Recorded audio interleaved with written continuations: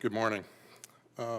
On Wednesday, March 19th, 2014, at approximately 8:44 p.m., Toronto Police responded to a shooting near 2215 Danforth Avenue, that's in the Woodbine in the Danforth area. As a result of the shooting, two males were pronounced dead, Jonathan Kahn, 21 years, and Shawn Chestnut-Reddick, 22 years. Officers from 54 Division and 55 Division responded to the scene and commenced an investigation.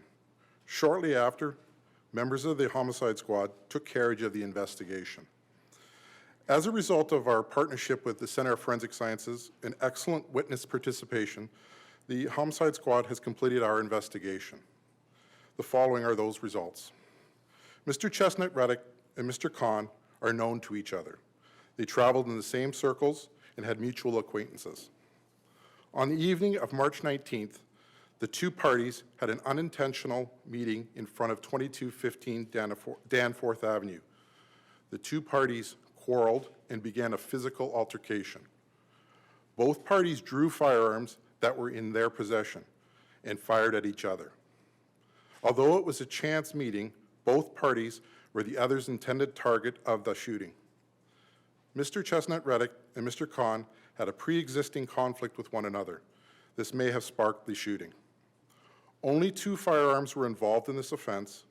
One firearm was recovered at the scene under the body of Mr. Kahn. The other firearm was removed from Mr. Chestnut-Reddick by a third party. This third party fled with the firearm, and that investigation is still ongoing. Both parties are known to the Toronto Police. As I had stated earlier, the meeting between the two men was not planned and was only by chance. This encounter could have occurred anywhere. The Toronto Police Service wished to thank members of the community of the Danforth and Woodbine area for their assistance. As a result of their participation, including providing surveillance footage, the investigation was able to be completed in a timely manner. The cause of death for both these men was gunshot wounds. Are there any questions? How many times were each of them shot? If I recall correctly, Mr. Chestnut-Reddick suffered 3 gunshot wounds, and Mr. Kahn suffered 7 gunshot wounds. Wow. So can you just describe for us how close to each other they were, and just how it played out logistically? During our investigation, we were able to determine that it occurred entirely on the sidewalk. The distance between the two men would have been the width of the sidewalk.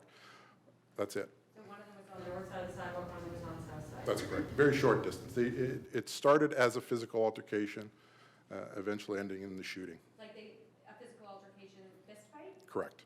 And did one of them pull out a gun first? We weren't able to determine which one pulled it out first, but suffice it to say, both parties pulled out guns from their possession. What was this pre-existing conflict that they had? What was it all about? We were just made aware that they had a pre-existing conflict, and I can't speculate as to exactly which one was what caused the event that day. There was problems between the two of them. Do you know what kind of problems? I won't speculate as to exact nature of it. Do you know how they knew each other? They seemed to go in the same social circles. They did reside in the East York area. For a number of years, they would have been in the same friend group. You said, though, that this was just a chance meeting, that they came upon each other just by chance.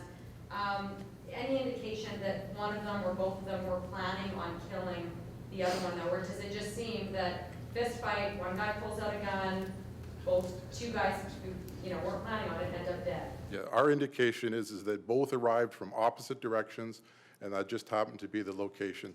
We were never able to determine that either one of them was there with a purpose. What do you know with the third person who fled the scene? I don't want to speak about that right now. That's still under investigation. Were they both walking, just walking down the sidewalk? You don't Yes. know where either of them were going? No. So the third man was walking down the category, all 3 of them do that? Yes. If he's not injured at all? No. No other parties were injured in this. So, sorry, the third man was not with either one of these guys? I can say at this point, this individual was walking with one of the parties. Which one? I don't want to say at this point. It's still part of that investigation. What could that person be charged with? I'm not going to speculate at this point.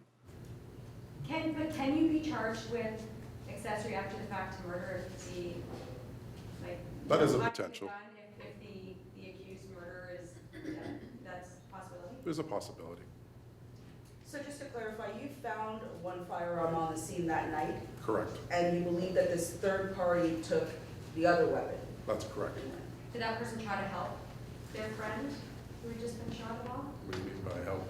Well, you said that they took the gun and took off.